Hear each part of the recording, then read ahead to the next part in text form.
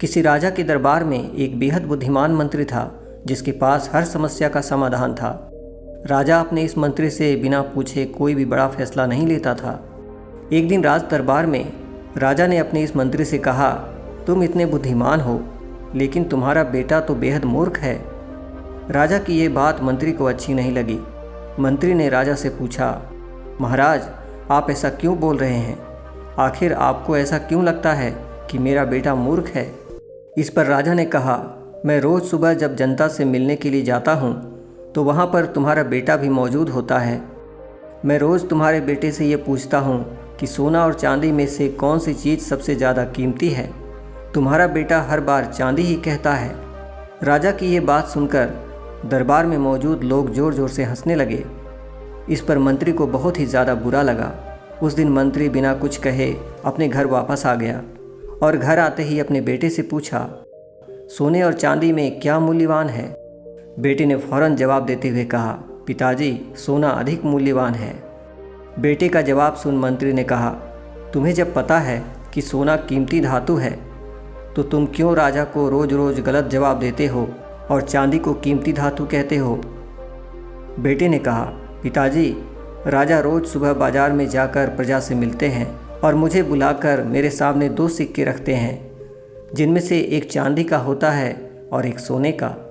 सिक्का रखकर राजा मुझसे पूछते हैं कि जो धातु इन दोनों में से अधिक मूल्यवान है वो तुम ले जाओ और मैं चांदी का सिक्का उठा लेता हूँ। ये देखकर राजा मुझ पर हंसते हैं और चले जाते हैं। मंत्री ने अपने बेटे से पूछा, तो तुम क्यों रोज़ चांदी का सिक्का उठा लेते हो? बताओ। अब पूरा दरबार मेरा मजाक उड़ा रहा है। मंत्री की बात सुनकर बेटा उन्हें अपने कमरे में ले गया और वहाँ पर उसने एक पेटी खोली। पेटी चांदी के सिक्कों से भरी हुई थी। इतनी सारी चांदी देखकर मंत्री अचंभित हो गया।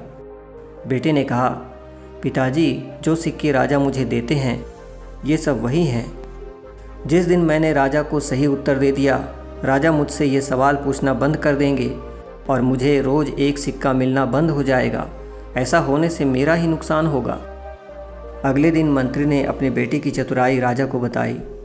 राजा मंत्री के बेटे की चालाकी से बेहद प्रभावित हुआ। दोस्तों, इस कहानी से हमें कई अनमोल बातें सीखने को मिलती हैं। दूरदर्शिता। मंत्री के बेटे का व्यवहार दिखाता है कि कभी कभी तात्कालिक लाभों से अधिक महत्वपूर्ण दीर्घकालिक दृष्टिकोण होता है।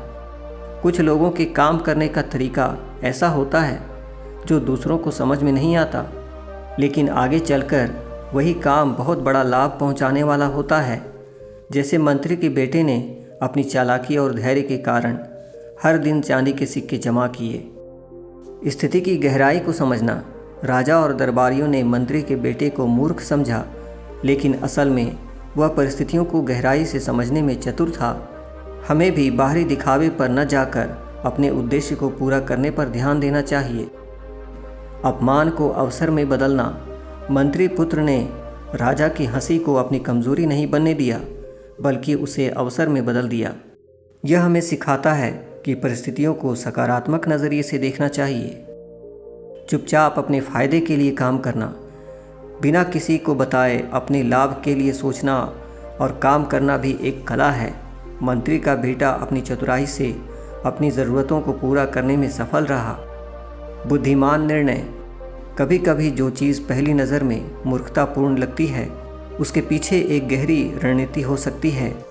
मंत्री के बेटे ने अपनी बुद्धिमत्ता से राजा की परीक्षा का लाभ उठाया।